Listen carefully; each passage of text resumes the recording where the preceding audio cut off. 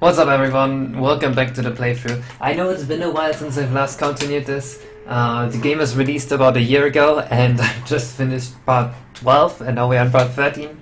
So that's like one part a month. I know I'm not the fastest playthrough, but we are getting there eventually. Yeah, I've had to re-record this part like 8 or 9 times because I keep saying really dumb stuff. And I feel like, nah, I can't show this to people. I have to do it again. I don't know how I do it on my stream, but on my stream somehow I can keep it together. But when I'm in my own game, somehow I can't. So, for the first time, we visit Overworld 3. That is the final car store, and it's already open because we got 89 stars, and from 80 onwards that's open. That's the entrance to course 11, where we'll be going in soon. There's a casino.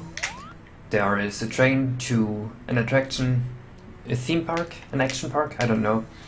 And there is the dream world. Yeah, we go to course 11, aka Big Beast's Belly. We've been eaten. Why do I have... okay, whatever. I'll just do this anyway. Bunny in the belly. We wanna rescue the bunny. I'll get the 100 coins again. I don't know why the save state has 100 coins. I must have done something really weird. Yeah. So this is the gimmick. We are inside a whale. This is a stomach. You see how this contracts, and oh, it's such a cool effect. Kinopia had this idea. Anyway, there's this gimmick. You have these clamps, and you can stand on the clamps, and then they will shoot you upwards. I just hit an invisible wall there. Yeah, SM64's collision engine doesn't really like those kinds of walls, slope walls, so it just does that. And that's how we save the bunny. Simple. Oh, make sure not to go in the goo, because that one drains your health quickly, because that's stomach acid, and stomach acid is not very healthy. Okay, I don't care what Bunny says. He gives us a star for rescuing him, or something like that. Let's go. The bunny's not interesting. Wait, I already had that star? Maybe... I don't know what just happened. Anyway, I had to get that star and I got that star, so we are all fine. Yeah, okay, we're all fine. Next up, Croaky concert. Oh no, I'm scared of this star. There's a concert with 6 frogs and... God damn it, there was some really cool movement I could do here, but I can do it again, and then I'll show you guys. Anyway, I'm scared of the star because this star requires some memorization, and if you don't do this right, then... whew... can take a while.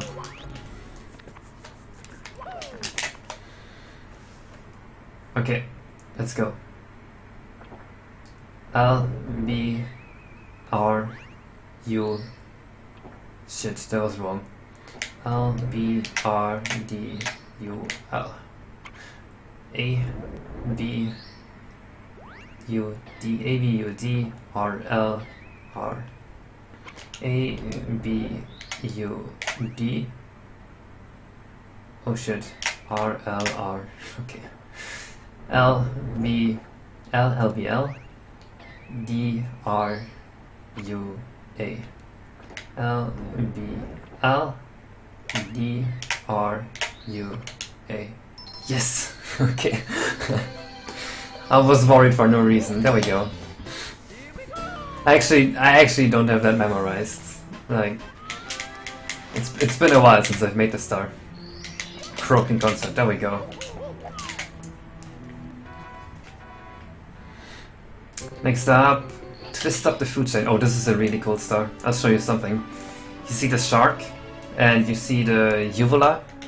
So if you just kick the uvula, if you kick the uvula like this, oh, it makes him a bit sick, and the stomach acid goes up, and yeah, the shark swims inside the stomach acid and he attacks you.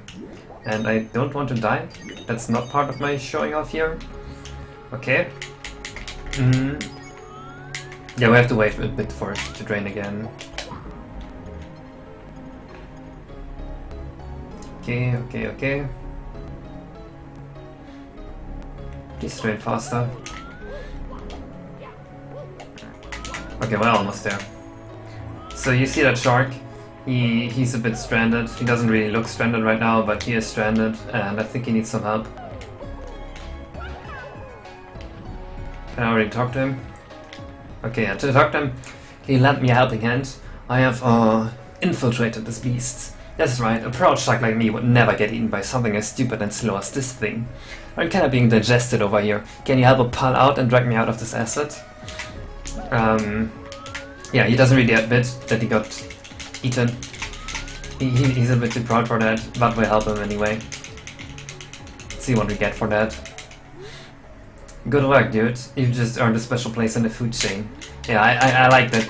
He doesn't say thanks, he says good work, because that's below him. He doesn't really accept you. But, yeah. We've earned a special place in the food chain. You know what that means? That means the shark doesn't take us anymore. Oh, please don't kill me. Okay, I need some coins. Because if I now hire this, I will die. Okay, there we go. Oh, that's still a bit too low. Yeah, we have to hit it twice for it to go fully up. Okay, there we go. I just need to swim towards the star. And we're done.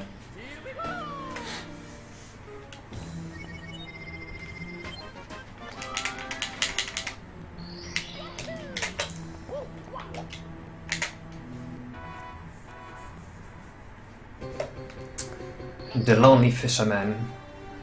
Oh, okay, you see that string? That string, that's a hint. Maybe you guys remember Pinocchio? That's where the inspiration for this mission actually came from. I did it wrong again. No, you know what? I'm going up. I'm going up, and then I'm gonna do the movement. Because it looks cool.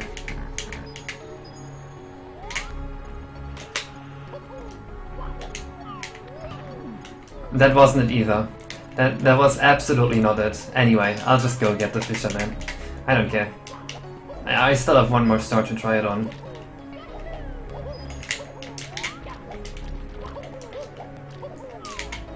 Yeah, you just follow the string. The string, the Lonely Fisherman has set this for himself, so he finds his way back out. Because he's a smart guy, he doesn't want to get lost in this labyrinth. It's actually not that much of a labyrinth, like each other opening is a dead end immediately, so you won't get lost. But I still thought it was necessary to give the player some kind of hint so he doesn't just blindly search. Yeah, I don't care what you say, give me the star. He's just happy he has a visitor.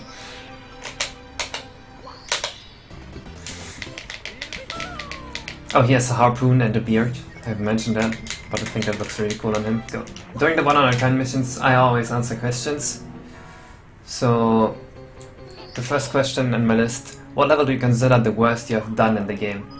I think course 4 is the worst, because the missions are kind of generic, and the boss is a bit hard to beat.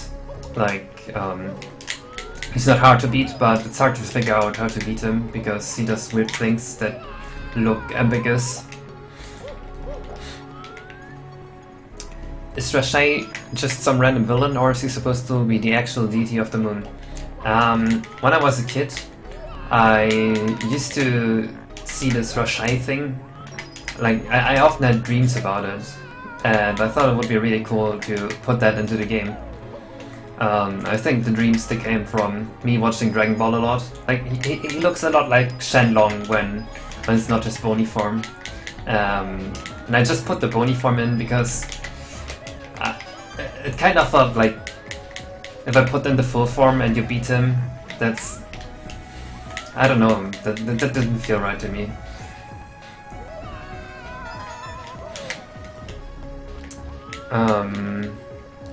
Which level took the longest to model? And which level took the longest code to objects for? Ooh, that's a difficult question. I think the longest to model was the casino, maybe? That has a lot of stuff in it. And the longest to code for... probably the first one, because back then I was a lot worse at coding and really not as fluent at assembly coding. Like, assembly heavily scales with how good you are. It's really difficult in the beginning, but as you get used to it, you can just write code out.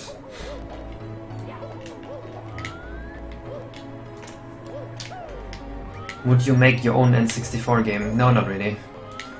I mean, the only reason I hacked or started hacking Mario 64 is because I really like the physics of this game. If you weren't able to tell from just me moving around with Mario yet, like, you can do shit like the speed kicks. Oh, I just messed it up. Never mind. This physics suck. I know, but I just really like the physics. That's why I hacked Mario 64. And hacking a new N64 game, just...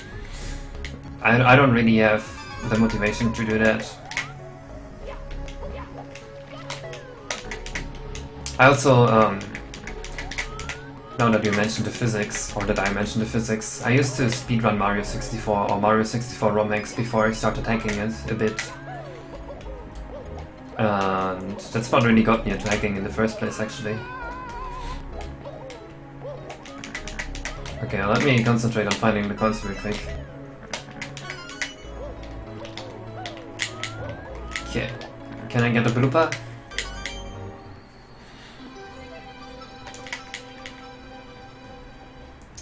What were some original ideas I was gonna put into Last Impact, but then cut? I had a bunch of ideas. I had one for a dojo, where it would teach you the advanced mechanics. Like, there are advanced mechanics like in Mario 64. You see these ramps, right? You can't really double jump on them, right? But, for example, you can do the triple jump on them. That's an advanced mechanic. Or when you run and you press B, you do a dive. But if you hold A, then you can do this. If you hold A, then you can do this. If you pull back the control stick slightly, it's a bit difficult, but advanced mechanics like that, I would want to teach them to players in the dojo, so they'd have an easier time playing through the game, and I would be more liberated in my designs.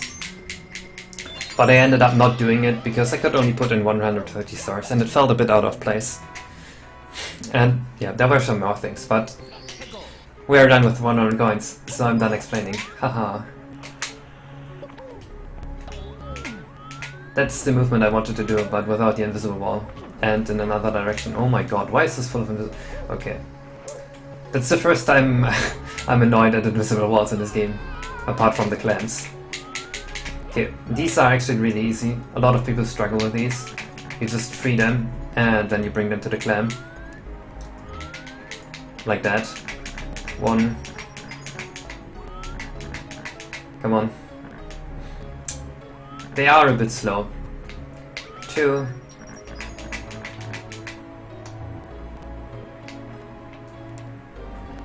Okay. And now I just stand here and he will get himself eaten. You can speed it a bit up by making him jump. But I guess this is only so easy to me because I know exactly how they move, so it's probably a bit unfair for other people and I should have done it differently, but it's too late now, it's too late to regret it. Anyway, that's already it for this part. It was actually pretty fun. I'll see you guys in the next part when we do Course 12. Until then.